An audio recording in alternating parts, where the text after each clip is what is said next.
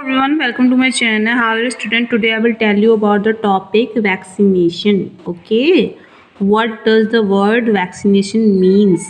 Okay, vaccination means टीकाकरण in Hindi. Okay, टीकाकरण what?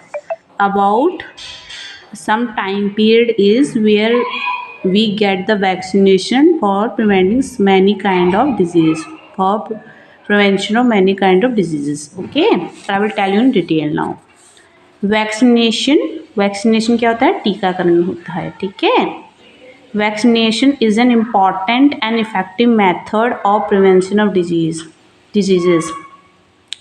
Vaccination क्या होता है? इन हिंदी नाम टेलिंग यू. वैक्सीनेशन जो कि हमें टीके लगते हैं, हमें न्यूबॉर्न बेबी को भी लगते हैं, या हमें कोई टाइम पीरियड के बीच में हमें टीके लगते हैं, या कोई नया डिजीज़ आता है तो हमें टीके लगते हैं ना, वो से वैक्सीनेशन कहा जाता है. वो गवर्नमेंट की तरफ से एक स्कीम होती है, प्रोसेस होती है, जिससे कि सभी लोगों को वैक्सीनेशन टीका लगाया जाता है, जिससे कि वो किसी भी नई डिज़ीज़ या फिर किसी भी डिज़ीज़ जो भी चल रहा है उससे बच सकें, वो उन्हें हार्मफुल इफ़ेक्ट ना दे पाएँ. ठीक है.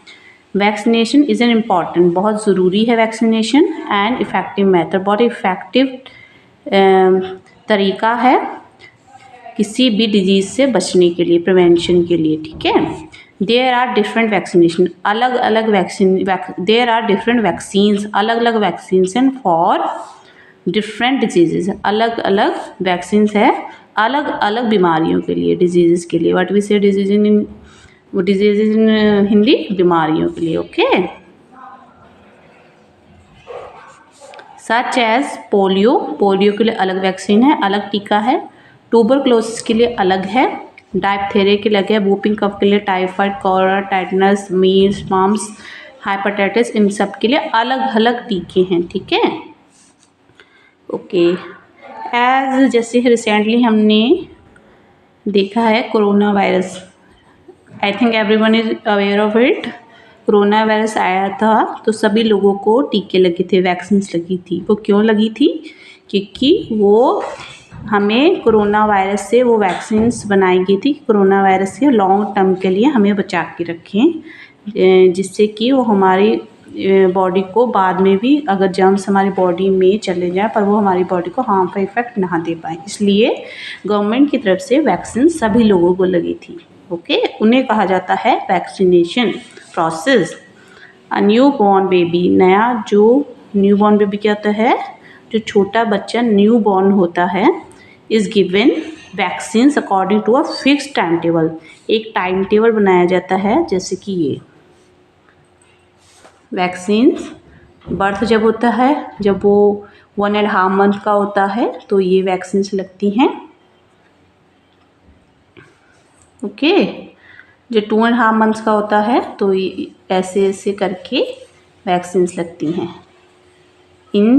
ये वैक्सीन्स हैं, ये इस टाइम पीरियड के हिसाब से लगता है. जब वो 9 मंथ का, 16 मंथ का, 5 ईयर्स का, 10 ईयर्स का होता है, तो ऐसे ऐसे करके न्यूबॉर्न बेबी को एक टाइम टेबल के हिसाब से वैक्सीन्स लगती हैं.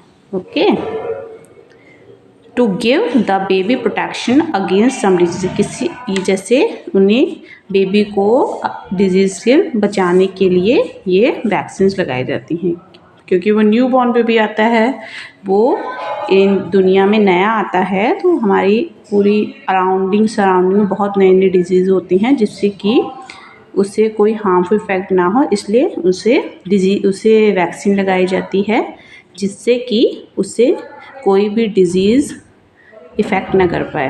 एज अ रिज़ल्ट क्या आता है इससे? Even if the germs of the disease enter the baby body sometime later, अगर बाद में भी किसी भी डिजीज़ के जो जर्म्स हैं, कीटाणु हैं, बेबी के बॉडी में एंटर कर जाते हैं, the baby does not effect by the disease. अगर उसे वैक्सीन लगी होगी तो वो जो जर्म्स हैं बेबी को कुछ इफ़ेक्ट नहीं कर पाएंगे और वो हेल्दी रहेगा. ठीक है. अगर आपको मेरी पॉइंट्स या आपको ये पॉइंट में कोई भी क्वेश्चन है तो आप कमेंट करके पूछ सकते हैं. If you like my videos, please subscribe my channel. Bye bye.